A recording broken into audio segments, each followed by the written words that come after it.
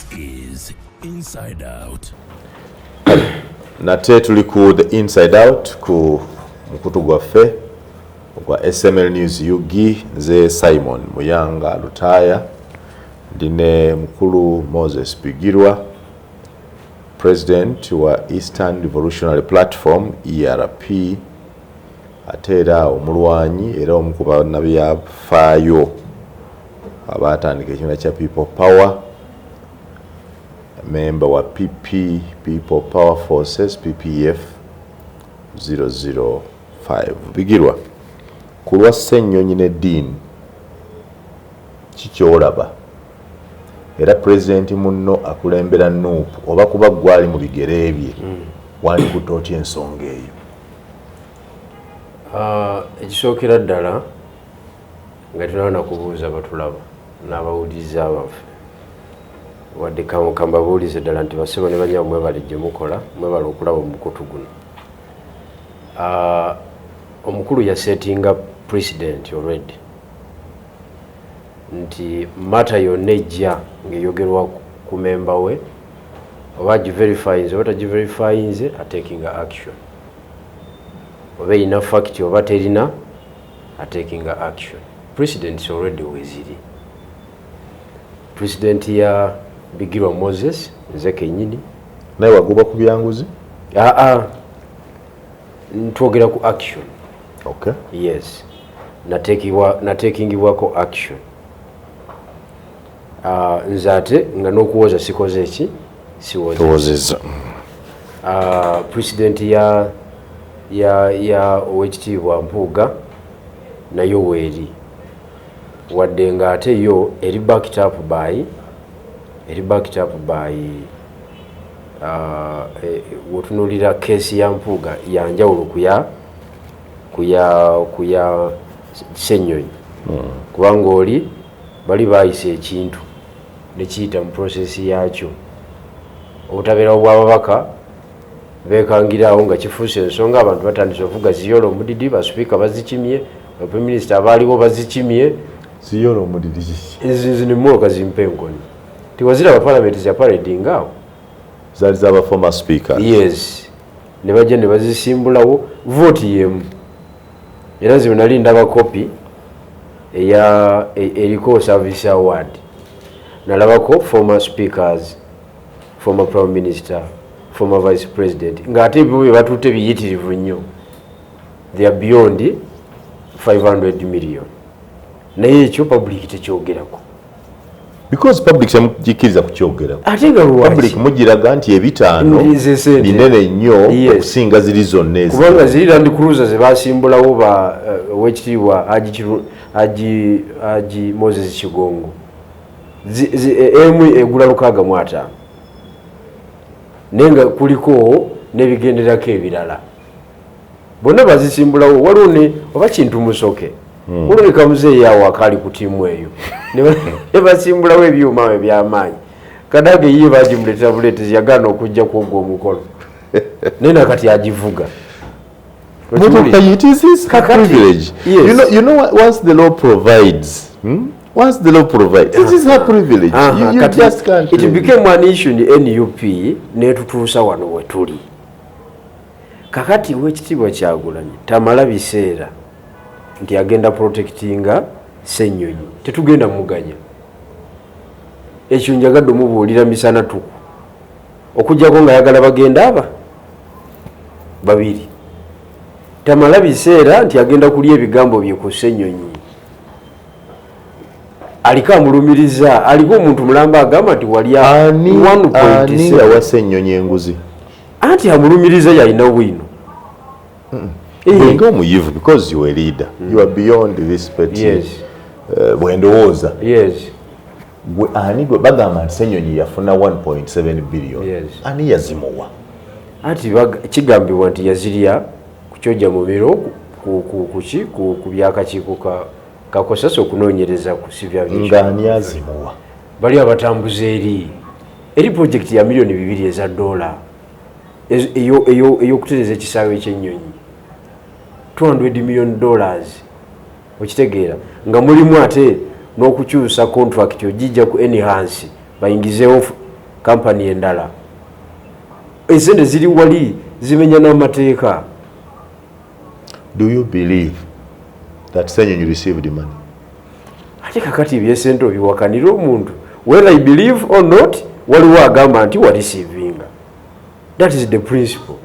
Nze nyinza okubasikiriza naye waliwo alumiriza nti ne bwina amukola ki amuleeta oyinza omuwakanya kyovula aba agambye nti kabayingire kooti ye kenyini neyeteemenga like n'agamba ebya kooti mbivuddemu tannabivaamu. ati kakati bayingire kooti adisprovinge akasajja ako byokwogera kubanga nange kaali kangambye kooti nafuna emiliyoni 800 okuva wa Jenosale naye nga ayogera 800 sinabona kulya kyamisana ayogera 800 simanyi kiddako musajja y'omwoyo.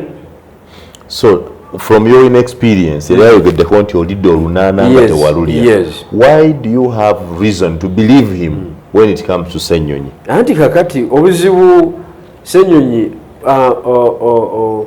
anti kati nze ebyo byanjogerwako omukulu n'ataking action. Bati bakwogeddeko bingi nnyo kola ki debbali. So as a Christian man, as a born again man, Honorable Ssenyonyi Joel bisekezi yali badde takiriza na internet kumukuba mu buntu obumuvuga nga ka 1.7 billion kamugoberera bwadduka emisinde Kyagulanyi yali badde talinda mukasukira mu bizi ku kitebe kye bali badde tebalinda any other form of humiliation. Yali tekize action n'agamba musajja mukulu muganda wange just dake bali katini. Is it a good precedent to set for a leader? Because Bigirwa, you have formed a political party. Call it a pressure group, but it's a political party. Where tomorrow, and I want to tell you this, I am going to join your party. When I join your party, I'll aspire to be a secretary general of the party or a senior leader in the party. Ekintu ekifaanagana bwekityo kihappening nga gw'olina obuyinza okunnamula. Do you think ojja kulamuliranga ku hearsay nti bayogera Mpuuga agenze boogere Ssenyonyi agende bagambe nti ne Zaake yalya naye agende wala ne Gundi yalya nabo bagende ne Edi Muto yalya ne Nubian lyalye?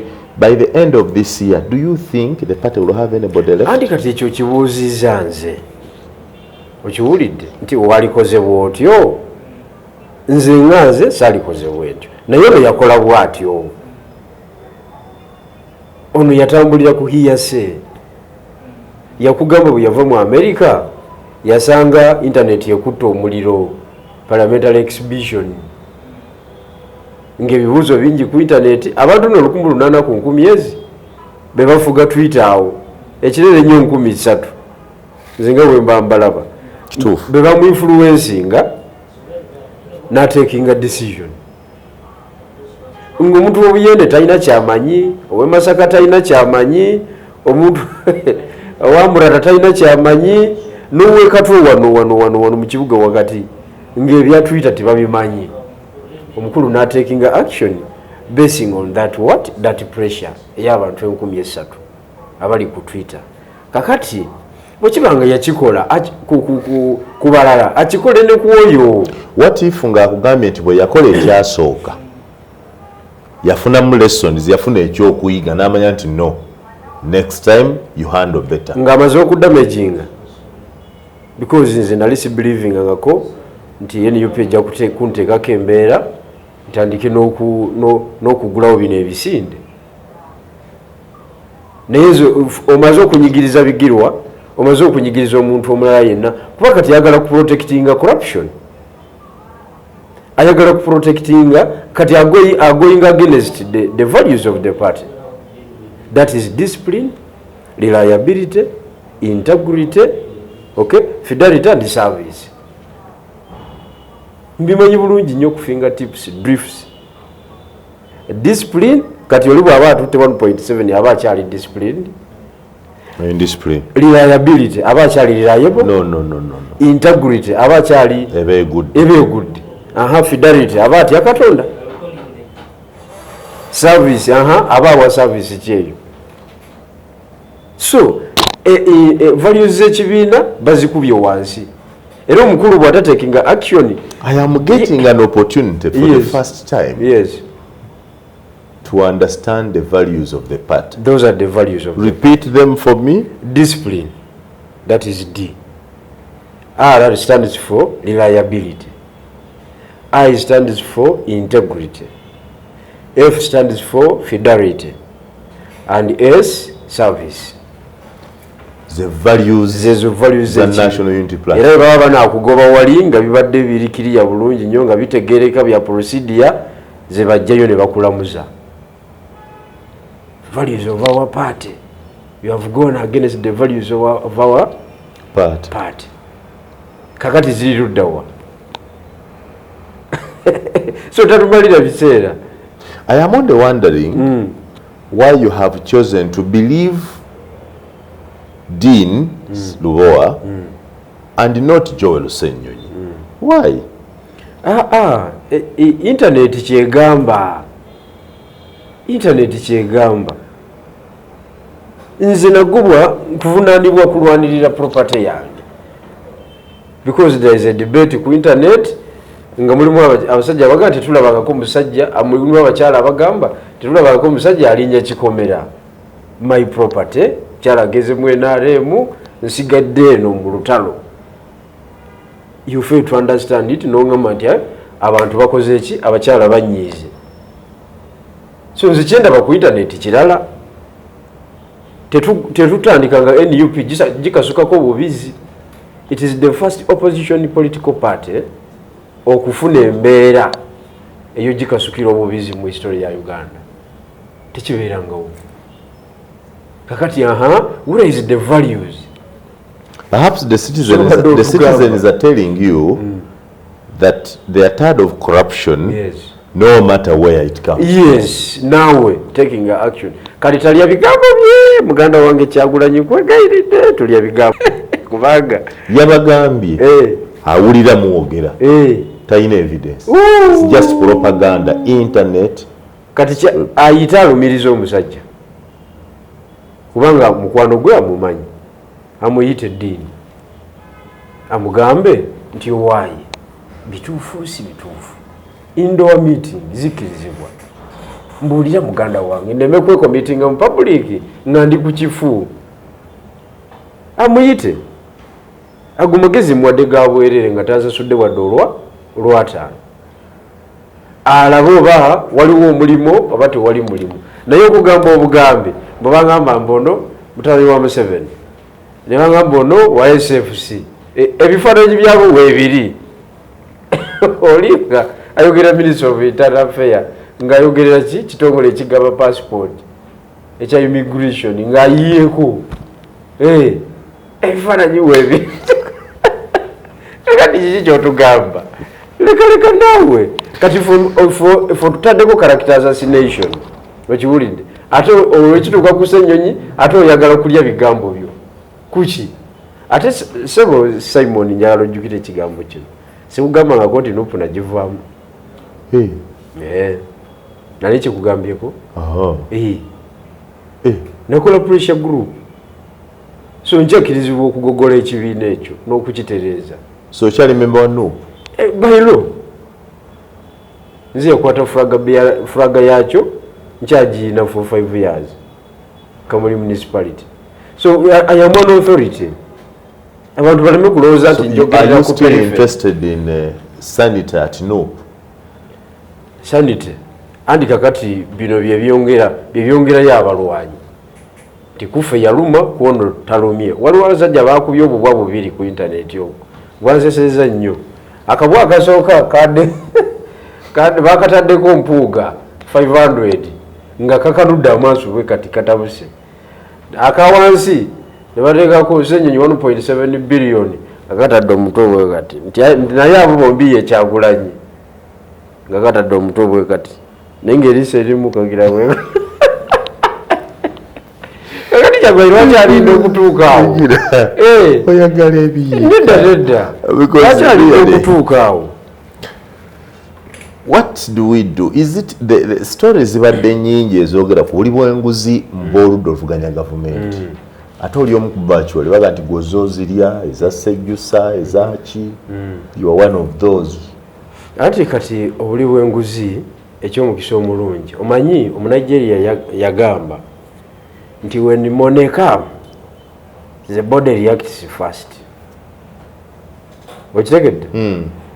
Tewali yuwa ina busobozi butereka sente. Akasente bwe kajja nga kazze nga omubiri gukyuka gwe ng'okyebuzaabuza okyatubuzaabuza banayisiira kinaalidde biki gw'omubiri gukupasukako ne gwekalakasa kuba guguddemu embeera endala tali ya bulijjo naye nga guva ku ki obwongo butereke. There's that mental satisfaction nti at least kale wano osobola okutambula. Kakati nze sente ze bakandiisa ku ludda oluvuganya zizimba ebizimbe bibiri mu kibuga Kampala. Ebizimbe ebyo ze baakakuliisa n'ezo zennyini ze waakalya zizimba ebizimbe bibiri mu kibuga entuufu ze waakalya. Andi kakati omuntu alidde sente oba zaani omulabira ku biriwo. Simon fa abaddugavu tewaliwo omuddugavu akweka sente kubanga tetumanyi business za stock exchange, tetumanyi business za kufikisinga sente.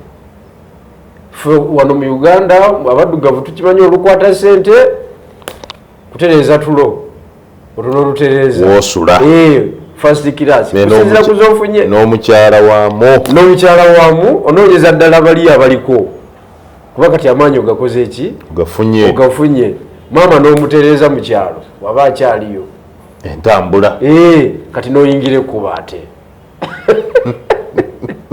tewaliwo mu Uganda akwata sente n'atatereeza kkubo tekiriyo tebakulimba. Kaabe mwana wa mugagga nga zibaddewo mu nnyumba kaabe ffe bakyemeza oluso wano okulabirawo ng'oleze masini toyagala kumanya. Kakati sebo bwana Simon nze banziba akalulu nga neetaaga $15 million mbakuba nazzo ku lunaku lw'okulonda singa ndi mu palamenti. Nayingira akalulu nga sirina $2 million nti zizino wano nyingidde akalulu. Nayina nomination fee wa $1 million ezo era bwe mmala okunominatinga nali nsigazaamu $80,000 ze zakola ka convoy $80,000 naye gw'obadde okimanyi bulungi nnyo nti convoy ya mbaka wa parliament yeetaga $3 million.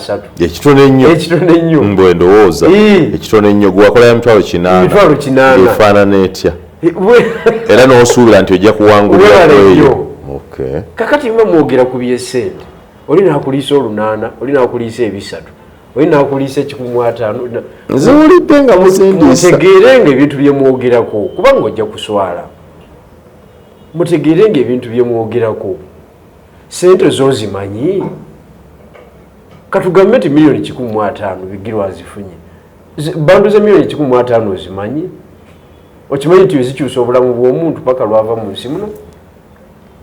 Where has this wheelbarrow left Mpunga? Mukulaba okwaze political analyst. No, he lost a lot.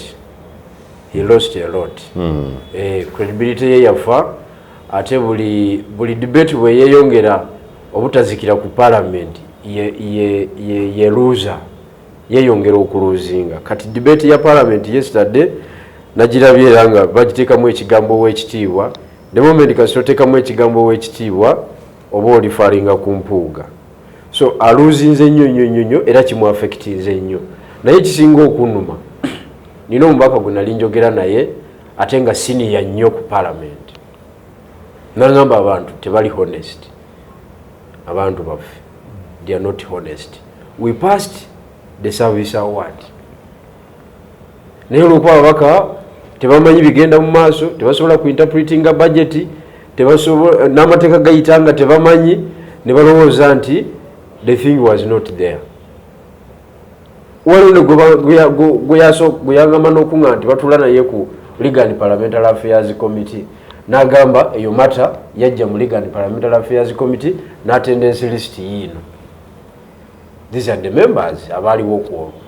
Ono ali ku TV aleekaana, she's a member, naye teyaliiwo mwaka mulamba yakatuulako emirundi egi mu Legal and Parliamentary Affairs Committee naye ali ku TV aleekaana ng'omusajja bwe yakoze eki ebintu bya gavumenti bitambulira mu document Bechiri. Yes. It's documentation. Yes. There's a trail. There's a paper trail. Yes. Biva one, no biva one. Bureaucracy, it is document from this office to another office. Kakati wechiba chituuse ku phase yo nga toliiwo kiyitawo ate tosobola kirivasinga kubanga kigenze.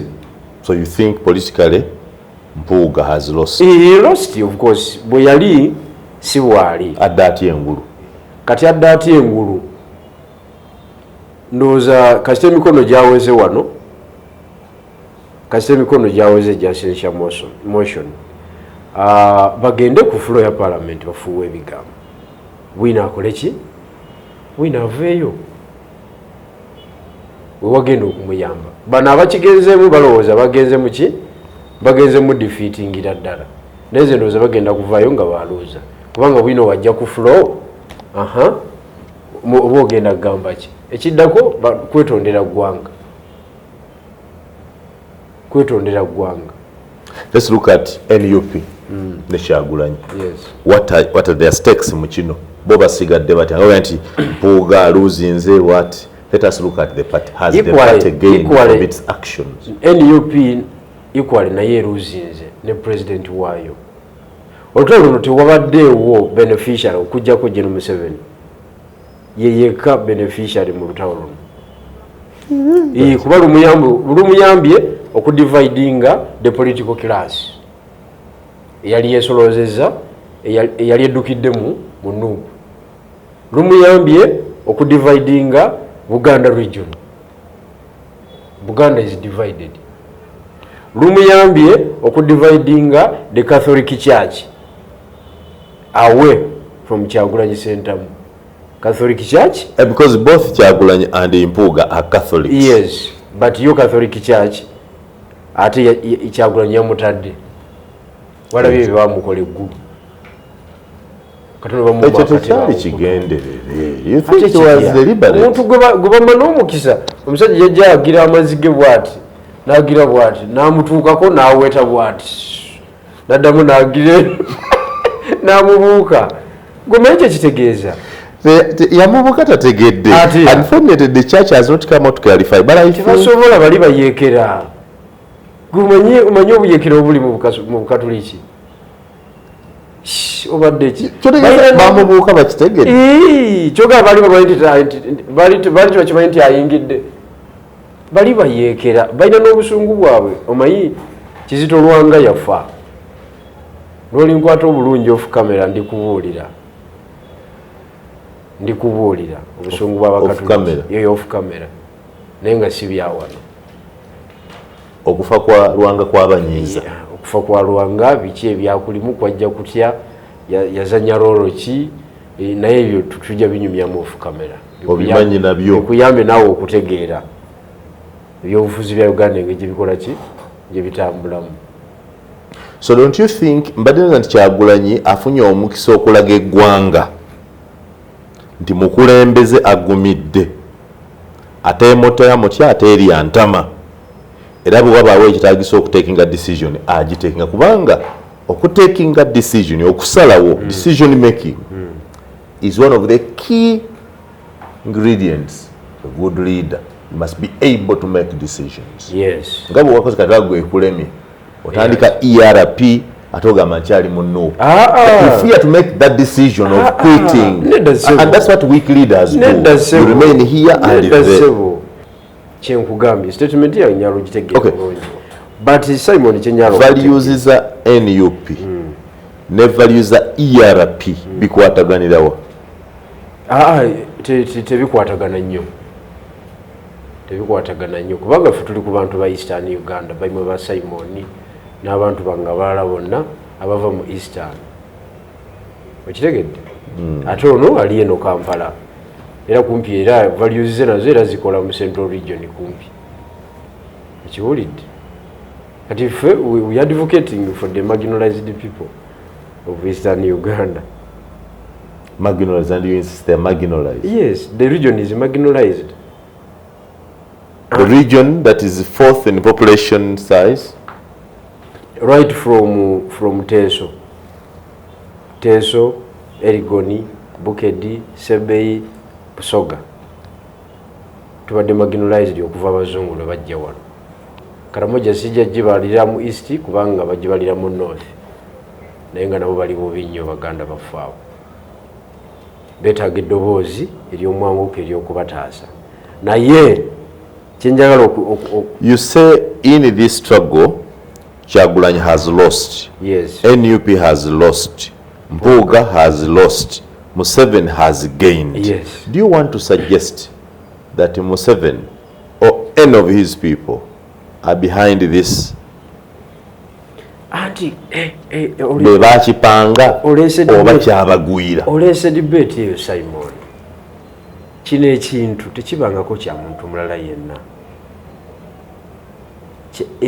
Kya muntu ogwo General Kaguta Museveni yakoze ebintu bibiri. One, yali ayagala okwongera okudiminifying the relevance of parliament. Ngalabe mutwalako sente nyingi ayagala ogisala naye nga talina watandikira kati n'agikuba amawulire. It is only General Museveni who has the capacity, okay, and his team accessing sensitive documents as a parliament nazilinkinga mu mawulire. Kati Ssentongo n'obwa Ssentongo bwe ne Agatha abakola exhibition bali babijjawo.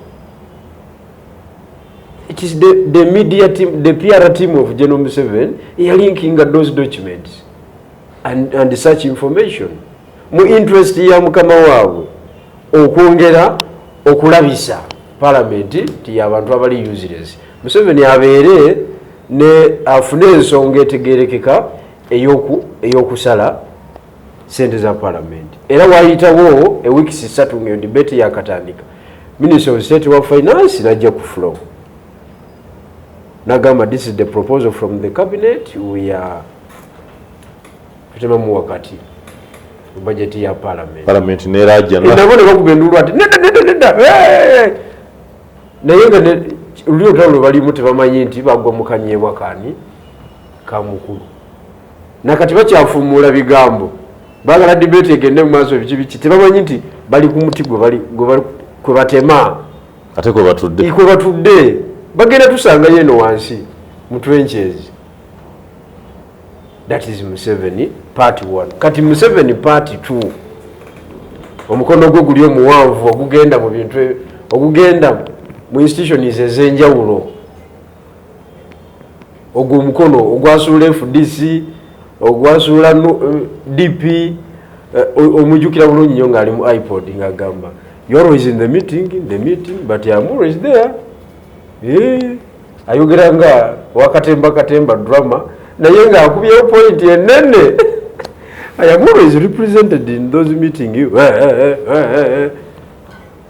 Gulaba nga asagasaga mwawo kumbe ababuulidde nti abawaali kakati olina okwebuuza is Museveni in Nupu or not? That is the that is the big question. Yes. Is there Musevenism or Museveni himself? Ati Museveni amala n'afuuka Musevenism. Kubanga Museveni tatukyusa nnyo, empiki ze tezikyuka nnyo. Is Museveni anywhere in NUP? Hala. Kati ate Museveni omuntu yenna gw'ataagala Nupu tayinza kubeerayo. Tekisoboka ate obeerayo otya. Bakukuba left right and center. Tekisoboka. Nze nakirabira ddala kubanga Kyagulanyi ffe twali naye. Ne tutandika from scratch. Ne tuva ekyaddoonu nga tewali nkaayana. Interest ze nga ziri well drawn. Tugamba mukama waffe gw'otuula mu katebe ako wa president. Ffenna tukolera ggwe. Walina ffe tulina interest bwaffe obuki obutonotono. Kubanga gwe oba ogenda tambulira ku red carpet ey'obwa president. Nze njagala bubaka bwa parliament. kankukubira emundu nawe wonkubira ki emundu. Politics bwatyo bwagenda give and take. Ne lutambula bulungi nnyo, ne lutambula bulungi nnyo, tewali mutawana. Tugenze wa Sumani tetulina tabu, tugenze wa Mwiru tetulina tabu, okiwulidde. Tugenze wa Muzanira erukunjiri tetulina tabu. Kati awo Arua, tugenda Arua awo ekibalo ekyatandikira nga Museveni amaze okubala tumukubye by election yezo consecutive nagamba force kyeno enyiga mpiki kikaji agenda okwetoloola bwati nagamba timu eyali behind Haji Sebagala ye timu esazeeko omuvubuka ono. They are not popular, they don't have the public appeal, but they have the strategy. Siyinza kubaleka ng'ate batambula n'ono ali popular apulinga crowd nanyiga amapeesa ge bintu bino byakikugu Simon. That's why I'm listening to uwuliriza byakikugu ye ntaputa y'ebyobufuzi yakikugu kubanga Museveni yali ya recruiting Haji Sebagala. Haji yamutiisa nnyo. Haji wafu omujjukira bulungi. Yanyingize fudis. Kati agenda okumurecruitinga bwati agenda okulaba Haji temuli kantu. Naga bulijjo nali nti akiranga omusajja ono. Kyekyali kimuwa amaanyi. Tiimu yali emwetoolodde yali emuwa amaanyi. Nga ye mukozesa bulungi nnyo n'agenda n'ankola ekyajabu. Kati agenda okulaba the same team nga yetoolodde gladiator, ghetto gladiator owa generation owa kinagati kisoboka. Tuba tuli awo tutandika okulaba fesi z'abalubongoya, fesi z'abakatana, fesi z'aba sijui Mujunyi, fesi za waliwo akavuka akalala kali awo kali kukesisi awo ka State Antony awo kesisi court. Ate State Antony abeera atya mu byobufuzi? Kize nkubuulira tombuuziza kubuuziza kati ni bwe kati kanyankole nnyo kati ni nnyo bwe kati ngenda okulaba Karamagi nenga night tufunye obuzibu buno ngolaba the common suspect. Yes, kakati nga byetusalawo eno omusajja abitwala mukati mwako tugenda okuddamu okumitinga nga wetwakomye si we tuli ali walala nengamba Bigirwa kino kakati mwasalangawo ne buzibanga musazeewo na reportinga mukati. Yes, tugenda okudda nga birala okiwulidde kakati nembuuza kyeyamaani Nyanzi one time nenga naye kyamaani fe tuli ba mu kibuga maani gubadde kyamaani wekamwokya mu ghetto nze ndi musajja w'emakindi ebbanga lyonna abasajja bano b'Obuseveni bamubanjaki kanebuuzemu nga fala bo bamubanjaki abamu abasomesezza bonna bayivu kituufu banamateeka abalala banamawulire ku high level bonna banyankole ate si bunyankole bano abaabairo banyankole abahima bali abamalayo bennyini bonna bavubuka basomera naku State House bikoze bitya naye chairman ntiddemu omusajja alabika atukoze eki atuteebye wayitawo emyezi ebiri nga tetulina bwogerero mu kibiina nga tulina kyoyinza tutambuza nga Lubongo yasire yakitambuzizza. Lwaki tosobola kulowooza nti Lubongoya naye gavumenti eno emutamya olw'effugabbi naye ayagala change? Effugabbi ku Lubongoya eririwa? Lubongoya gavumenti emutamya gavumenti efuga bubi ayogera bulijjo human rights abuses, dictatorship. Ati kati ze kyemba njagala okumanya kyekyo, that is the end result gye baali bamwagalamu. Munyiivu by the way. There are many over people. What?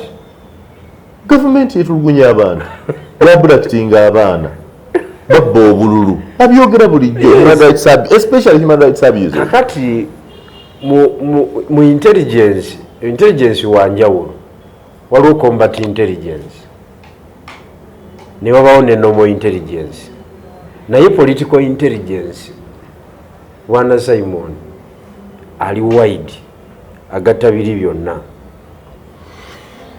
ene intelligence officer nga a reporting politics obanga representing a certain interest mu institution abeera highly intelligent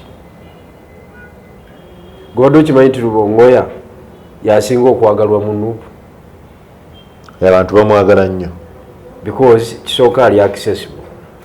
Yes, is accessible. Taba na time ennyonnyonnyo gy'osobola kwogera naye buli dakiika abeera bize naye ebigambo ebibiri ebisatu mu byogera. So is accessible, is available. Yes. What a leader. Kati ate yasinga n'okukola ku welfare z'abantu. Of course ye chairman wa finance committee. Welfare nti ono ayinamu obuzibu bwonna. Abiri asatu. Mu transport. Olunaku agaba obukadde obutaano. Ng'abujjawo.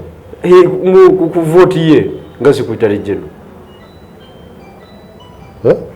Obukadde butaano?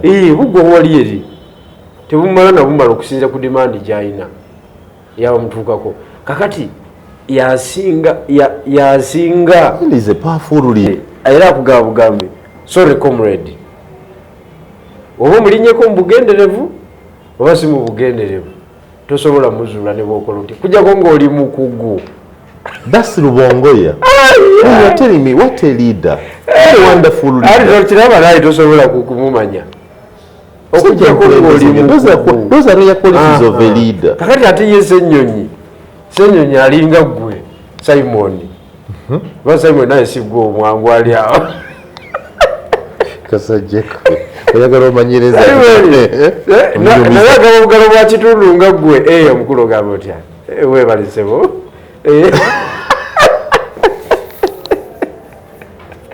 Naye agaba obugalo bwa kitundu. Talina budda nga yatuuse mu mmotoka ye mwebala okuzoganya. Muzoganyizaawa. Mwebale nnyo mwebale ddala. Mu office talina budde obwo. Naye Rubongoya omukomparinga ne Rubongoya. Rubongoya is more accessible. Rubongoya is by far tosobola kuleeta Ssenyonyi okiwulidde kubanga Rubongoya compromising situation kubanga yakola nnyo analysis n'abala n'abigatta era tugira tumuvinga bwe tuti okitegeera. So he's a good leader. As an individual is a good man. But ekyo era tubituuseeko nga nkulaga. You want to believe that he acts. Museveni as a man on a mission. Bo baali bamubanja ki? Kufuga bubi. Ekyo kyembuuze ekyo. Nabo baagala agende. Ngoya naye abalala singa gavumenti ya Kyagulanyi eri mu ntebe, Rubongoya will be the prime minister. Simon kankubuulire. Nze degree yange nagikolera ku KIU eya public administration. Ku KIU kuba student 185 bava mu Greater Ankole. Okay? Abawala n'abalenzi musobola okwajuinga ne mudebatinga ku mata zonna. Bw'aba muwala ne weegwanyiza n'okumukwana kubanga ba student bibabeeramu. Era woba olina ebikola ebyamangu nga omanya obulamu bw'ekistudent osobola n'okwadvancinga n'ofuna by'oyagala. But bw'oleeta debate bwe mutuuka ku debate ya Museveni aveeko, there you disagree 100%. Kabenga yakayingira yakava mu senior 6 yakayingira first year Kabenga afuluma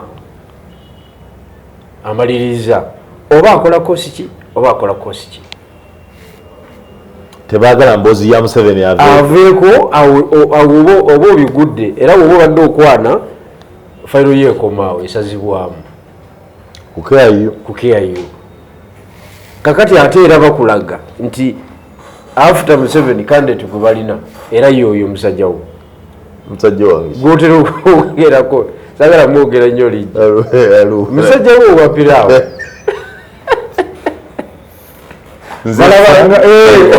balaba option yaabwe kakati nze toyinza